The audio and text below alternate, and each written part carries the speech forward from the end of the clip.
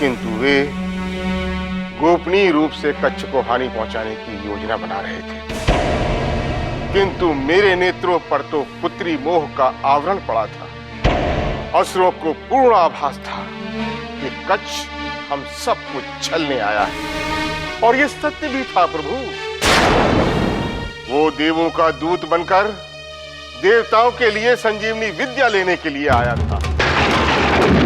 देवताओं के लिए संजीवनी विद्या लेने के लिए आया था। आश्चर्य है ऋषिवर कि आप जैसे ज्ञानी भी उसकी भावनाओं को नहीं समझ पाए। प्रभु,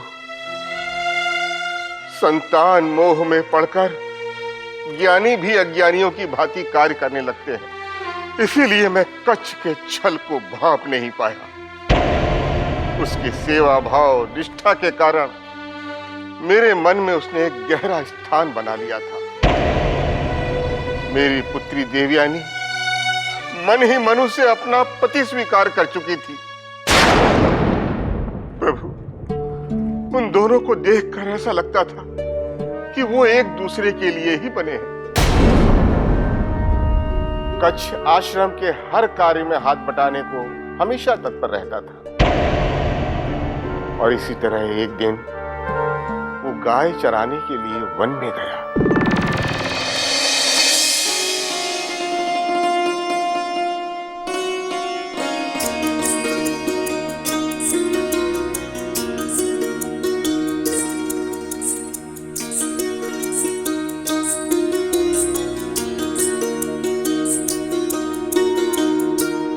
देवयानी जी, आप यहाँ? ये देवयानी जी क्या लगा रखा है? और आप क्या कह रहे हैं? देवयानी कहिए, अच्छा लगता है, कुछ अपना सा लगता है। ठीक है देवयानी, तुम यहाँ? हाँ, ऐसे अच्छा लगता है। किंतु तुम यहाँ क्या करने आई हो? अच्छा, तुम्हें तो अपना ध्यान है नहीं। सुबह से बिना कुछ खाए पिए ही वन में चले आए, और हर कार्य में इतने लिप्त हो जाते हो कि खाने पीने की भी सुध नहीं होती तुम्हें। केवल खाने पीने की सुध नहीं रहती या? जाओ, मैं तुमसे नहीं बोलूंगी। अरे सुनो तो, मुझे अपनी सुध रखने की क्या आवश्यकता है? मेरी सुध रखने के लिए तुम हो ना। और सच कहूं, मेरा ये जीवन तुम्हारे ही कारण है। यदि तुम न होती तो कदाचित आज मैं जीवित भी नहीं होता।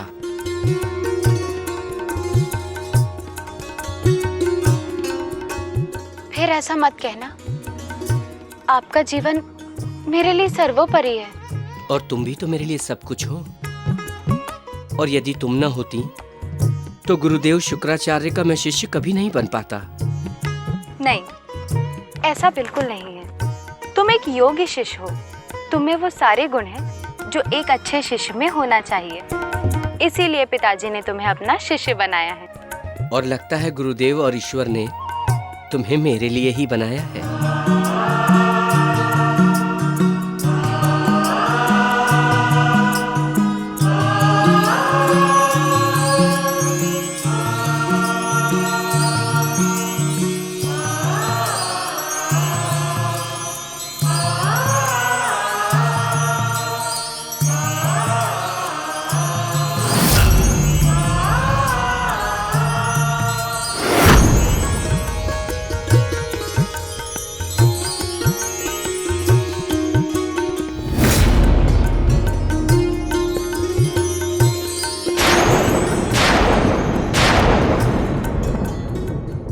देख रहे हो असुर साथियों, जिसकी हमें आशंका थी वही हो रहा है।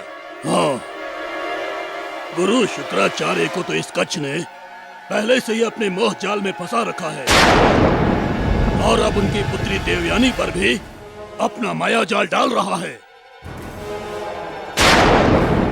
यदि इन्हें रोका नहीं गया तो एक दिन कच्छ गुरु शुक्राचार्य के साथ साथ हम सारे असुरों के साम्राज्य पर भी अपना अधिकार कर लेगा। और ये भी तो हो सकता है, कहीं इन दोनों का विवाह हो गया तो गुरु शुक्राचार्य और देव गुरु बृहस्पति मिल न जाएं। हाँ, और यदि ऐसा हुआ तो हम असुरों का कोई साथ नहीं देगा। हम सब संकट में आ जाएंगे। हमें शीघ्र ही कुछ करना होगा।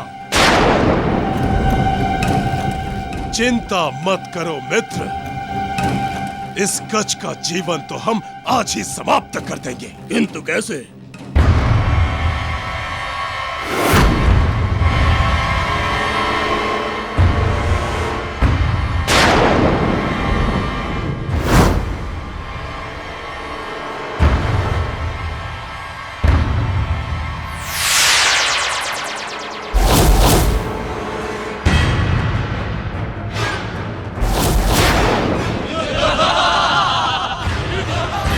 कच्छ, पुत्र कच्छ, कहाँ हो तुम? लो, थोड़ा और खा लो। देखो, मैं ये भोजन अपने हाथों से बनाकर लाई हूँ तुम्हारे लिए। तभी तो तुम्हारे प्रेम की सुगंध इसमें से आ रही है, और इसीलिए मैं पहले ही बहुत अधिक खा चुका हूँ। अच्छा ठीक है, तो एक बार और खा लो। नहीं, बस बहुत एक हो गया। बार? कच्छ, कहाँ हो तुम? कच्छ, कच्छ। प्रणाम गुरुदेव। पुत्री देवयानी, तुम यहाँ क्या कर रही हो? वो पिताजी, वो मैं, हाँ, इन्होंने सुबह से कुछ खाया नहीं था। ये आपकी आज्ञा से सीधे यहाँ चले आए, इसलिए मैंने सोचा कि इन्हें भोजन दे आऊं। ये तुमने अच्छा किया देवयानी। मैं भी यहाँ इसलिए आया था कि इन्हें कंद मूल फल खिला दूं, और आज इन्हें इस वन में उपलब्ध कुछ विशेष और दुर्लभ जड़ी बूटियों के विषय में ज्ञान दे दूं। मैं शुक्राचार्य से संजीवनी मंत्र विद्या लेकर आऊंगा, जिसके पश्चात आप सभी देवताओं के जीवन पर से संकट सदैव के लिए टल जाए। अच्छा पिताजी, अब मैं जाऊं? अवश्य।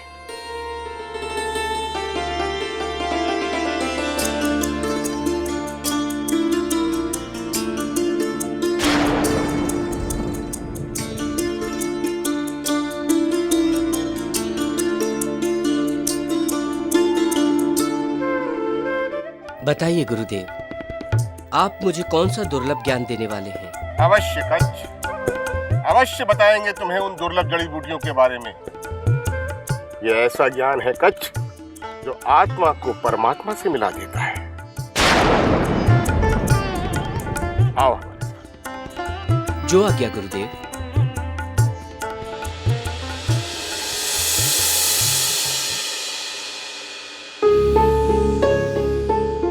कच्छ, अधिक उतावले मत हो वत्स। अभी तुम्हें ज्ञात हो जाएगा इहलोक से परलोक तक की यात्रा का ज्ञान।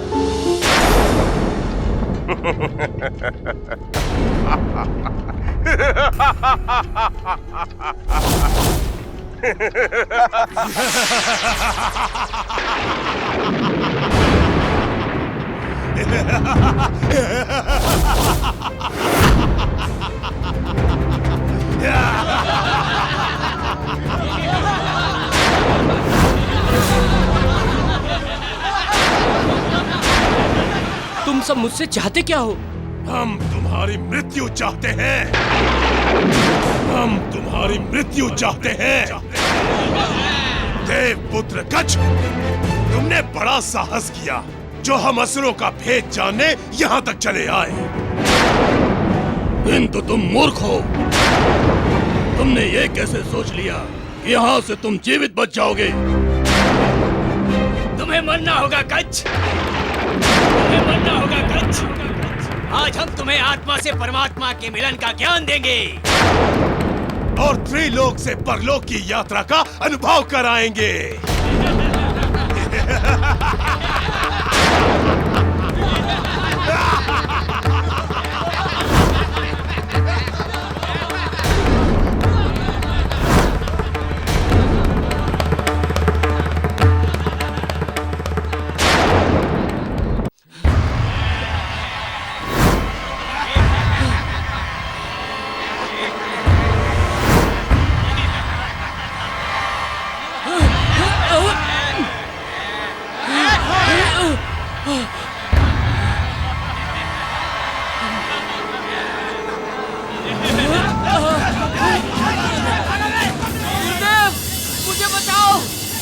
बचाओ गुरुदेव।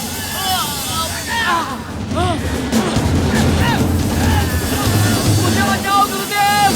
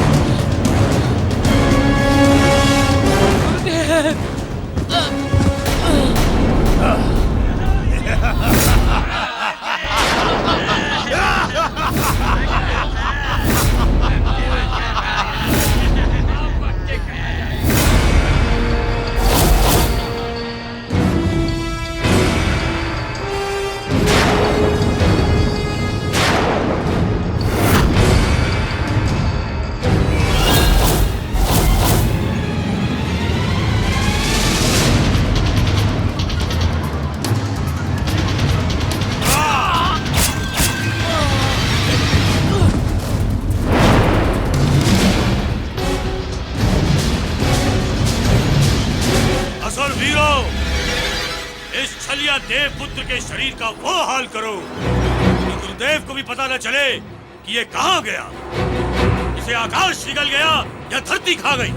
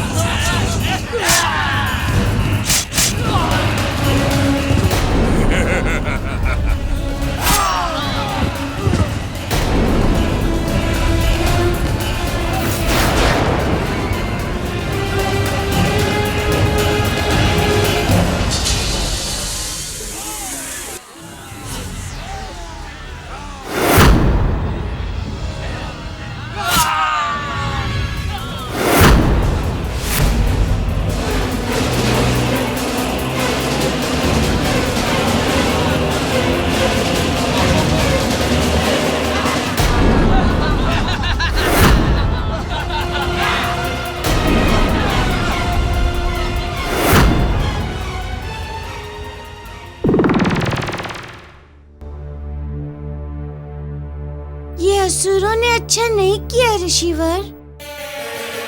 जिन असुरों के लिए आपने सारे संसार से शत्रुता मोल ली, उन्होंने ही आपके विश्वास को तोड़ा और आपके शिष्य को मार डाला।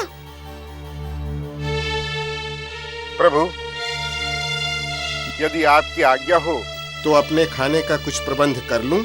अवश्य ऋषिवर, मैं आपकी प्रतीक्षा कर लूंगा।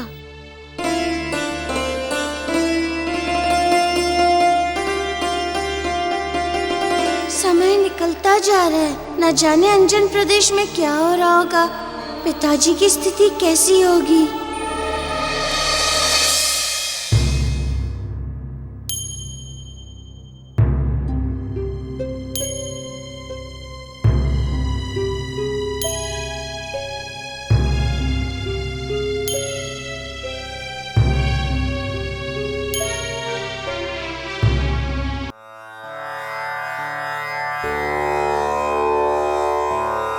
प्रभु,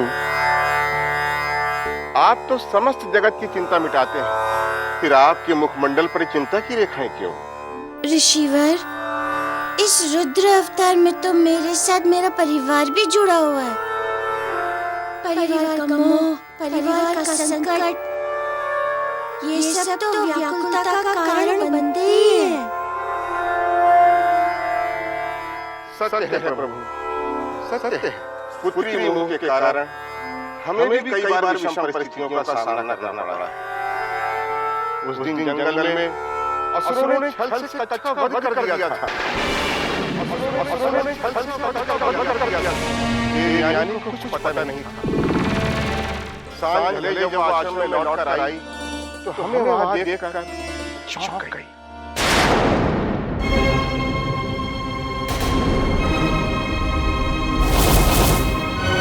मैं भी यहाँ इसलिए आया था कि इन्हें कंद मूल फल खिला दूं। और आज इन्हें इस वन में उपलब्ध कुछ विशेष और दुर्लभ जड़ी बूटियों के विषय में ज्ञान दे दूं।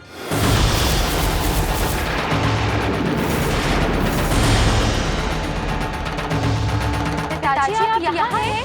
क्यों? मैं आश्रम छोड़कर कहाँ जाऊँगा पुत्री? मैं तो प्रातःकाल से यहीं हूँ।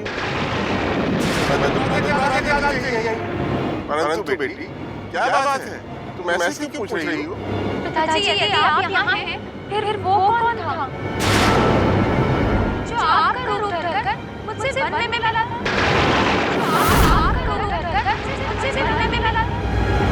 और वो कच्छ को कुछ जड़ी बूटियों और ज्ञान देने वाला था। क्या कह रही हो देवयानी? कहीं कच्छ के साथ कुछ?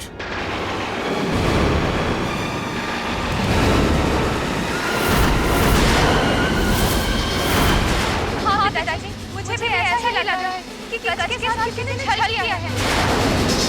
कच्छ के प्राण संकट में है पिताजी। अवश्य ही उन्होंने असुरों ने माया रची है।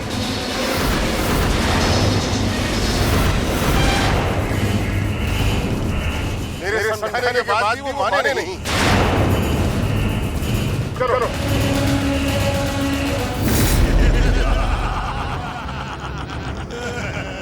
अब देव पुत्र कच्छ आपको नहीं मिलने वाला गुरुदेव। उसका जो होना था वो तो हो चुका। अब वो इस लोक से परलोक की यात्रा कर रहा होगा। यदि आपने हमारी बात मानी होती और उसे अपना शिष्य नहीं बनाया होता तो वो आज जीवित होता।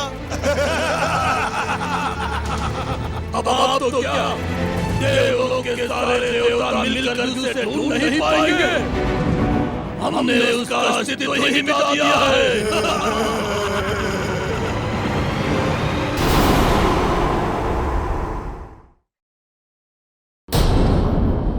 कहाँ होंगे? यदि उन्हें कुछ हो गया ना, तो मैं भी अपने प्राण त्याग दूंगी।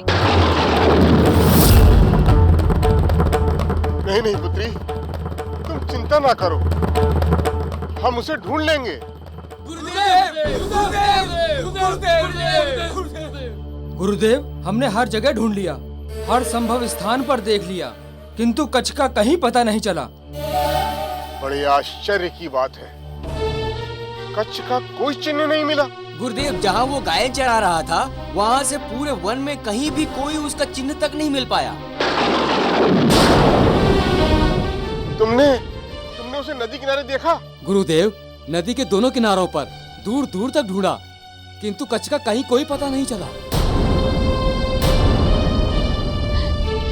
न जाने उन दुष्टों ने मेरे कच्छ के साथ क्या किया होगा। पिताजी मेरे कच्छ को कहीं से ढूंढ कर लाइए। पुत्री, अब हम अपनी योग शक्ति से कच्छ का पता लगाएंगे।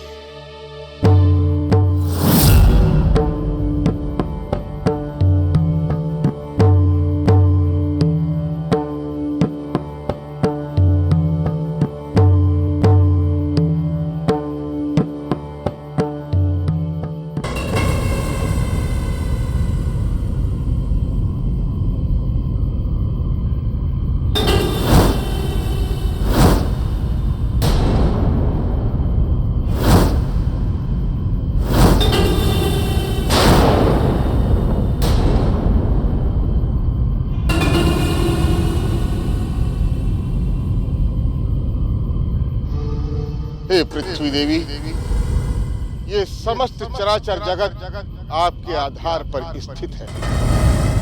अतः आपसे कुछ भी छिपा नहीं है। यदि कच्छ पृथ्वी पर कहीं भी किसी भी रूप में है तो हमें उसके ढूंढने का मार्ग बताइए।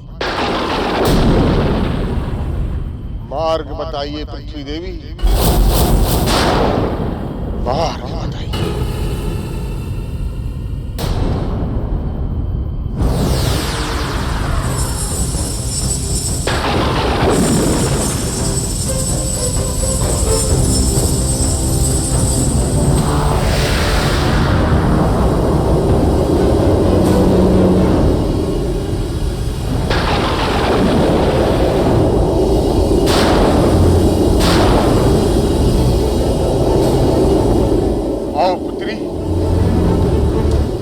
पीछे चलते हैं, यही हमें कच्छ तक ले जाएगा। आओ। जी।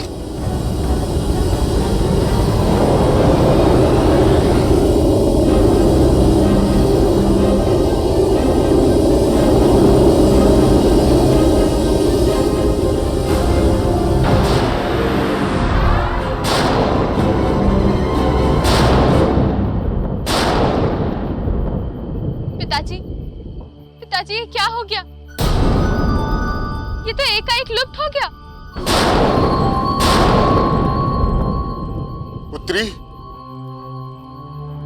इसके लुप्त होने का अर्थ है कच्छ यहीं कहीं होगा। शिष्यों, ढूंढो उसे। कच्छ को यहीं कहीं होना चाहिए। ढूंढो। कच्छ कहाँ हो? कच्छ कहाँ हो? कच्छ कहाँ हो तुम? कच्छ बोलो, कच्छ। पिताजी, कच्छ तो यहाँ भी कहीं दिखाई नहीं दे रहा। देवयानी, कच्छ यहीं कहीं है। हमारी योग शक्ति विफल नहीं हो सकती।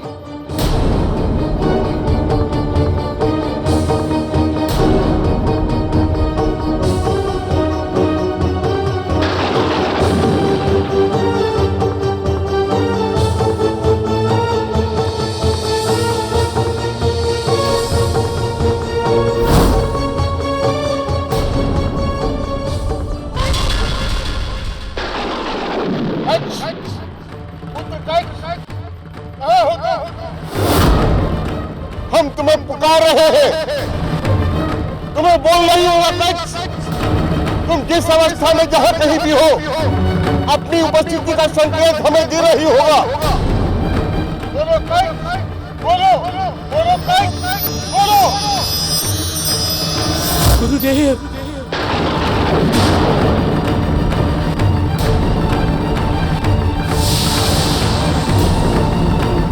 मैं तो आपके चरणों में ही हूँ गुरुदेव।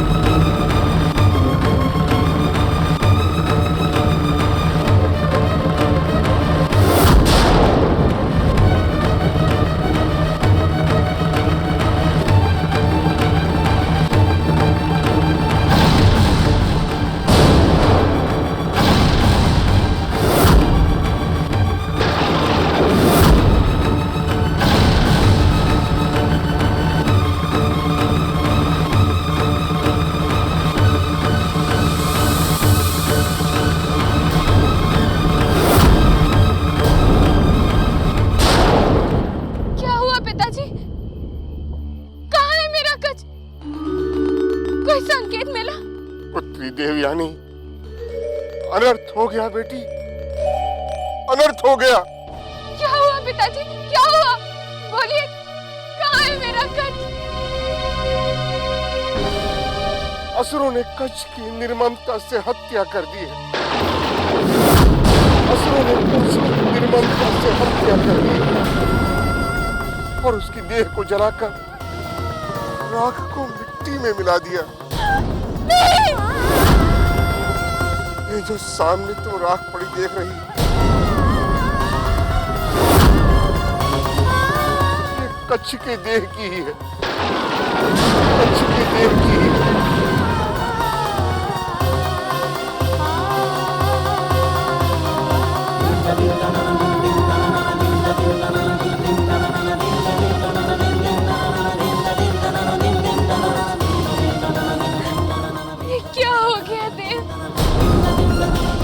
तो आपसे पहले ही कहा कि चले जाओ यहाँ से। यहाँ आपके प्राणों को संकट है, कोई आपको जीवित नहीं देख सकता।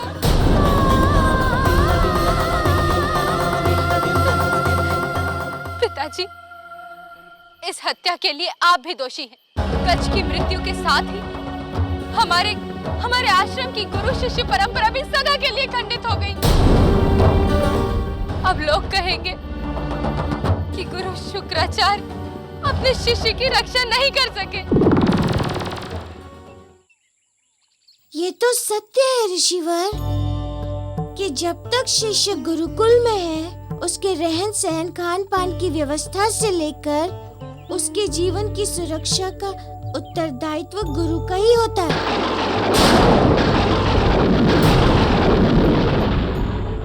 आप सत्य कह रहे हैं प्रभु, किंतु उस समय मैं दुविधा में पड़ गया था।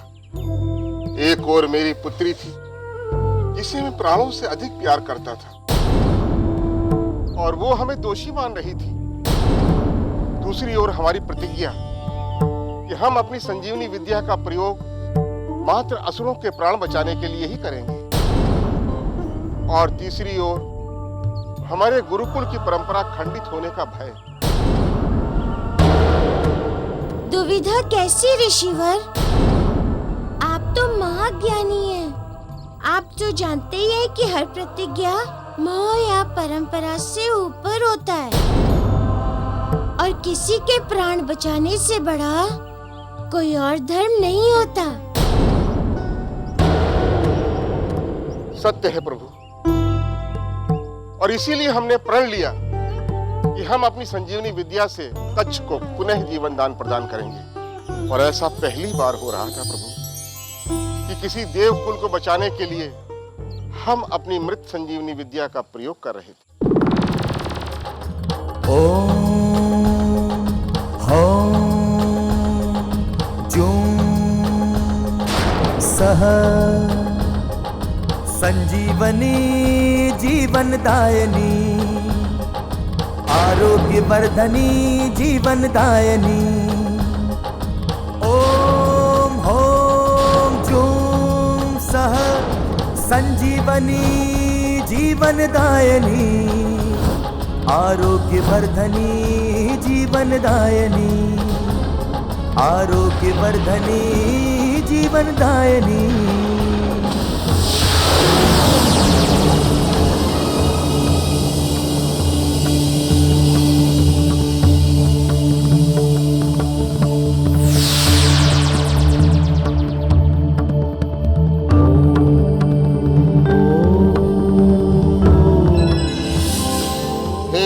संजीवनी विद्या कच्छ को जीवन प्रदान करो,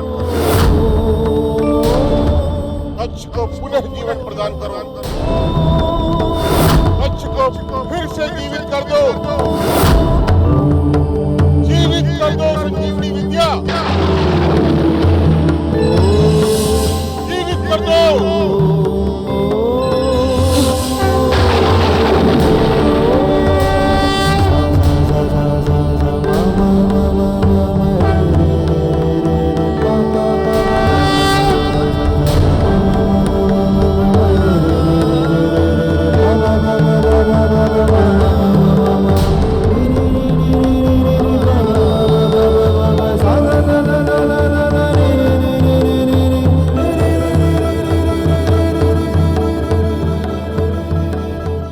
प्रणाम गुरुदेव। कल्याणमस्तु पुत्री देवयानी, हमने कच्छ को पुनः जीवित कर दिया। अब कोई हमारी ओर उंगली नहीं उठा सकता कि शुक्राचार्य अपने शिष्य की रक्षा नहीं कर सकते। जी पिताजी। पुत्री, हम तुम्हें वचन देते हैं कि भविष्य में जब तक कच्छ हमारे संरक्षण में है, इसका कोई भी अहित नहीं कर सकता।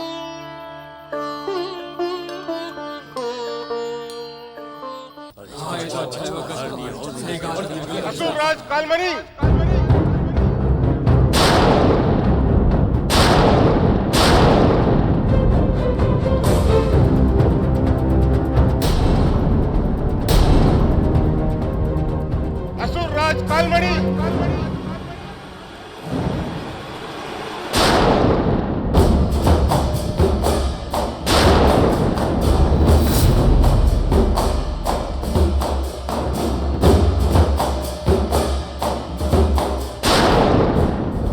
गुरुदेव, आप बहुत क्रोधित दिखाई दे रहे हैं। असुरराज, तुम्हारे असुरों ने साहस कैसे किया हमारे साथ विश्वासघात करने का?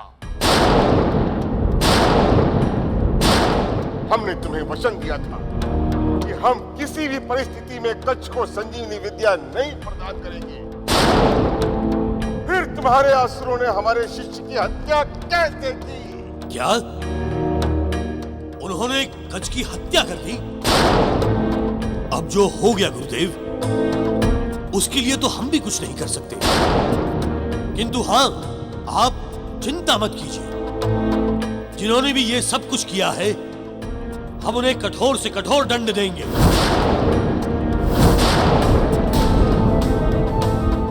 गुरुदेव, अब तो क्रोध को त्याग दीजिए। उसकी आत्मा की शांति के लिए हम भी प्रार्थना करेंगे।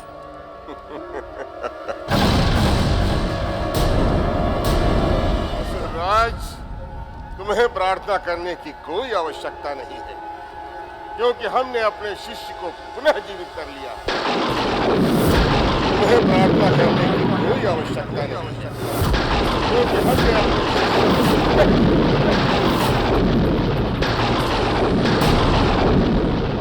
क्या? ये आप क्या कह रहे हैं गुरुदेव? वो जीवित हो गया? ये अनहोनी होनी कैसे हो गई?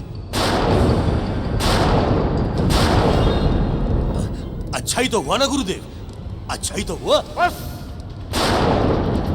और ये सब प्रपंच करने की आवश्यकता नहीं है कालमणि। हम जानते हैं जो कुछ भी होता है तुम्हारी सहमति से ही होता है। असुरराज, गुरु के वचन का तुम्हारे लिए या अन्य असुरों के लिए कोई मोल नहीं है।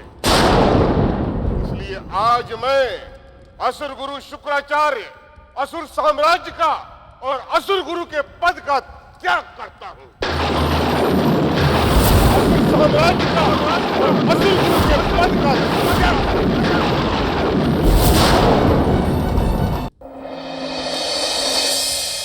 गुरुदेव, ऐसा मत कहिए। हम पूरे असुर साम्राज्य की ओर से आपसे इस अपराध के लिए क्षमा मांगते हैं। हम पर कृपा करें गुरुदेव। असुरराज, कृपा और क्षमा असुरों के शब्दकोश में होता ही नहीं है जो तुम इसका अर्थ जान सको। नहीं गुरुदेव, यदि आप हमको छोड़कर चले गए तो हम असुरों का सर्वनाश निश्चित है। आपके बिना गुरुदेव हम असुर अनाथ हो जाएंगे। हम आपको वचन देते हैं कि आज के पश्चात आपकी आज्ञा के बिना कोई भी कार्य नहीं होगा।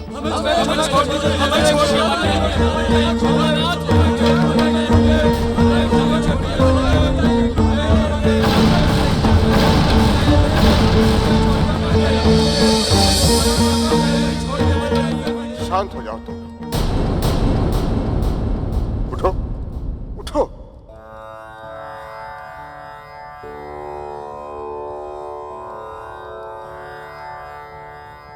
कालमणि, यदि फिर कभी तुम्हारे असुरों ने कच्छ को हानि पहुंचाने का विचार भी किया तो उसका परिणाम भुगतने के लिए तैयार रहना तुम, समझे?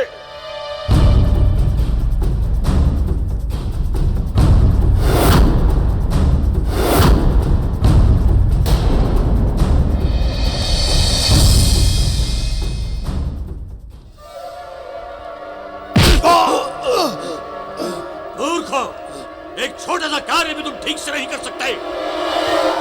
हमने तुमसे कहा था कि उसके शरीर का एक भी हिस्सा नहीं बचना चाहिए, तो फिर तुमने ऐसी मूर्खता किस तरह कर दी? किंतु महाराज, हमने तो उसके पूरे शरीर को जलाकर भस्म कर दिया था और उसकी राख को भी मिट्टी में मिला दिया था असुरराज। और हमने तो इसकी कल्पना भी नहीं की थी असुरराज कि गुरुदेव उसके राख से ही जीवित कर देंगे कच्छ को। महाराज, हमें एक अवसर और दें। हम उस कच्छ की ऐसी व्यवस्था करेंगे कि गुरु शुक्राचार्य भी उसे तीनों लोकों में नहीं ढूंढ सकेंगे। परंतु ये अवसर तुम दोनों का अंतिम अवसर होगा। यदि तुम इसमें विफल रहे तो हम असुरों के हाथ से संजीवनी विद्या हमेशा के लिए चली जाएगी